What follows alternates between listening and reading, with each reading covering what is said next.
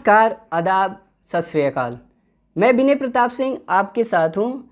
जैसा कि आज 5 सितंबर है और हमें पता है कि हम 5 सितंबर को शिक्षक दिवस मनाते हैं और वो डॉक्टर सर्वपल्ली राधाकृष्णन की याद में मनाते हैं। और ये जो शिक्षक दिवस हम मनाते हैं सन 1962 से मना रहे हैं अपने भारतवर्ष में।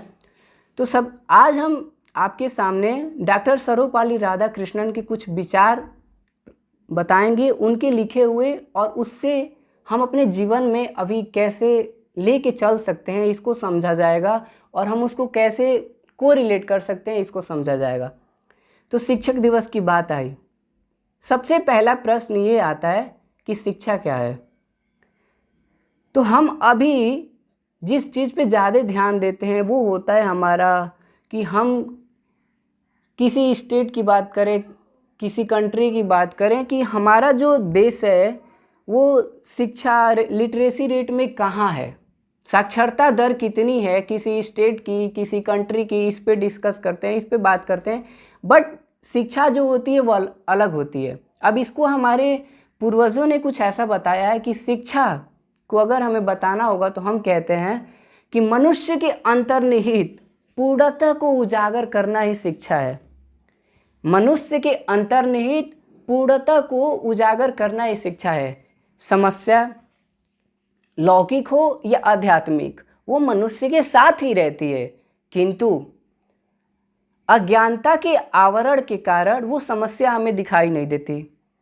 अब बात आती है कि हम इन समस्याओं से कैसे बाहर निकलें, समस्याओं को कैसे समझा जाए।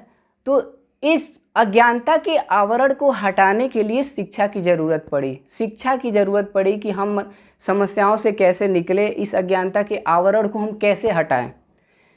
तो अब जब आवरण की बात आई कि हम जब आवरण हटाएंगे तो हमें किसी न किसी की ज़रूरत पड़ेगी, चाहे हम भारतवर्ष के किसी भी राजा की बात करें, चाहे जिनके जैसे अशोक सम्राट हैं उनके राजा आचार्य चाणक्य थे, किसी की भी बात करें, चंद्रगुप्त के राजा भी वही राजा चंद्रगुप्त के भी गुरु आचार्य चाणक्य थे। तो जो समस्या है उसके आवरण से निकलने के लिए, उसको समझने के लिए हमें किसी न किसी की ज़रूरत पड़ी।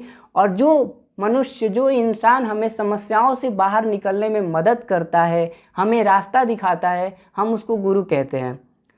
अब आते हैं कि सर्वपल्ली राधाकृष्णन के कुछ विचार हैं, उसको हम लोग देखते हैं और उसको समझते हैं कि वो हमारे जीवन में कैसे सही हैं। सबसे पहली चीज़, एक विचार ये है उनका, पुस्तकें वो साधन हैं जिनके माध्यम से हम विभिन्न संस्कृतियों के बीच पुल का निर्माण कर सकते हैं। क्या लिखा उन्होंने कि पुस्तकें वो साधन हैं जिनके माध्यम से हम विभिन्न संस्कृतियों के बीच पुल का निर्माण कर सकते हैं। अब इसको समझना हो तो हमें पता है कि जो भारतवर्ष है, हमारा संपूर्ण भारतवर्ष मान सम्मान, गौरव, प्रतिष्ठा, संस्कृति के लिए जाना जाता है। इतिहास के पन्नों को उठा के हम देखें तो किसी भी काल में जाके देखें तो वहाँ पे सबसे पहले हिंदुत्व के लिए, सबसे पहले भारतवर्ष के लिए मान सम्मान, गौरव, संस्कृति की बात आती है।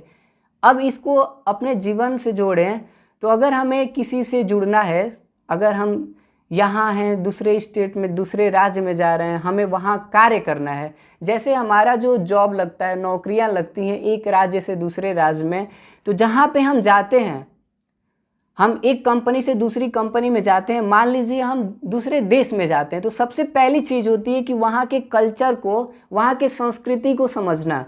जब तक हम उस संस्कृति को समझेंगे नहीं, जब तक हम वहाँ पे रहना है, उसके वातावरण को समझेंगे नहीं, तो हम वहाँ पे रह ही नहीं पाएंगे। हमारे लिए ये बहुत कॉम्प्लिकेटेड हो जाएगा कि हम वहाँ पे कैसे गुजारा करें। तो पहली चीज़ कि हमें जहाँ जाना होता है वहाँ से, वहाँ के लोगों के बारे में, वहाँ के संस्कृति के बारे में हमें ज्ञान होना चाहिए, हमें पता होना चाहिए, ताकि हम वहाँ पे आसानी से सर्वाइव कर सकें। और ये कब होगा? जब हम वहाँ से रिलेटेड वहाँ के बुक्स पढ़ेंगे, वहाँ के लोगों को समझने की कोशिश करेंगे। पहली चीज़, अब यहाँ पे आपको एक प्रश्न आएगा कि अगर हम वहाँ के लोगों को समझने की कोशिश करें तो हम पुस्तक की ही बात क्यों कर रहे हैं? पुस्तक की ही बात क्यों कर रहे हैं? वहाँ पे हम जाके लोगों से तो बात कर सकते हैं। अब प्रश्न ये कि हम मान लीजिए उत्तर प्रदेश से हैं और हमें भेज दिया जाए हरियाणा में। तो अगर हमें वहाँ का कल्चर नहीं पता है, संस्कृति वहाँ की हमें नहीं पता है कि वहाँ पे कैसे रहते हैं, क्या करते हैं, और उत्तर प्रदेश की कुछ अलग है, तो जब हमें पता ही नहीं तो हम वहाँ के लोगों से कैसे बात कर सकते हैं। अगर वो हम बात भी करते हैं तो जो हमारा कम्युनिकेशन होगा, जो हमारा वार्तालाप होगा, वो प्रॉपर नहीं होगा, सही नहीं होगा, जिसका रिजल्ट 0 आएगा, नॉट इफेक्टिव, कोई फ़ायदा नहीं होगा उसका। इसलिए उन्होंने, अगर हम इस चीज़ को समझे कि ये कोट्स हमें क्या बताता है, तो पुस्तक के माध्यम से हम संस्कृति को जोड़ सकते हैं। ये हमारा पहला कोट्स था डॉक्टर सर्वपल्ली राधाकृष्णन का, जो हमें अपने जीवन से जोड़ने के लिए सिखाता है कि हम अपने संस्कृति को दूसरे के संस्कृति से कैसे जोड़ सकते हैं। एक और हम लेते हैं, दूसरा विचार है इनका, शिक्षा के द्वारा ही मानव मस्तिष्क का सदुपयोग किया जा सकता है, अतः विश्व को एक ही इकाई मानकर शिक्षा का प्रबंधन करना चाहिए। ये भी बहुत ही अच्छा है। और आप ये सोचिए कि 1960 1965 की बात ये है, मतलब उन्होंने देखा कहाँ तक है। हम जो यंगस्टर्स हैं, हम जो आज के यूथ हैं, अपने कल्चर को, अपने संस्कृति को कहीं ना कहीं भूल रहे हैं। अब संस्कृति को भूल रहे हैं। उन्होंने बोला कि और जो हमारा मानव मस्तिष्क है, जो भगवान का दिया हुआ सबसे बड़ा उपहार है, यहीं पे डॉक्टर अब APJ अब्दुल कलाम सर हैं, जो यहाँ से निकल के कहाँ तक पहुँच गए। यहीं पे अच्छे अच्छे बहुत सारे लोग हैं, इनको डॉक्टर सर्वपल्ली राधाकृष्ण, ये भी तो सामान्य वर्ग से ही थे, मिडिल क्लास फैमिली है, तो कोई कंडीशन तो अच्छी नहीं रही होगी, बट जो उन्होंने शिक्षा को अपने जीवन में उतारा, शिक्षा को अपने जीवन में उतारा, शिक्षा का उद्देश्य उन्होंने समझा और अपने देश के लिए उसको इस्तेमाल किया। और ये कब हुआ, जब हम अपने दिमाग को, जब उन्होंने अपने दिमाग को एक सही दिशा दिया, एक सही दिशा दिया कि हम भगवान के दिए हुए इस उपहार का कैसे प्रयोग कर सकते हैं ताकि हमें कोई सही रिस्पॉन्स मिले, अच्छा रिजल्ट मिले। तो उन्होंने देश के लिए बहुत कुछ किया। तभी आप ये सोचिए कि जब हम 1962 से मना रहे हैं डॉक्टर सर्वपल्ली राधाकृष्णन की याद में शिक्षा दिवस, और इनकी डेथ 1975 में हुई है, मरे हैं 1975 में, ये कितने सम्मान की बात होगी उनके लिए कि उनके जीते जी, उनके गौरव के लिए, उनके मान सम्मान के लिए किसी ने उनके लिए एक दिन रख दिया कि आपकी याद में इस दिन को देखा जाएगा। कितनी बड़ी बात है। अगर इनके कंट्रीब्यूशन को समझा जाए तो शायद ही हम आज के बच्चे समझ पाएंगे कि ये उनका कंट्रीब्यूशन उस टाइम देश के लिए क्या था। जब हमारा देश 1962 से मना रहे हैं, यानी कि अभी लड़ाई भी नहीं हुई थी, हमारा युद्ध भी नहीं हुआ था पाकिस्तान से, तो ये सारी चीज़ें बहुत जोड़ती हैं। तो ये कोट्स हमें ये कहता है कि मानव मस्तिष्क को सही इस्तेमाल करना चाहिए, और ये तभी होगा जब हम शिक्षा की बात करेंगे, ना कि साक्षरता की।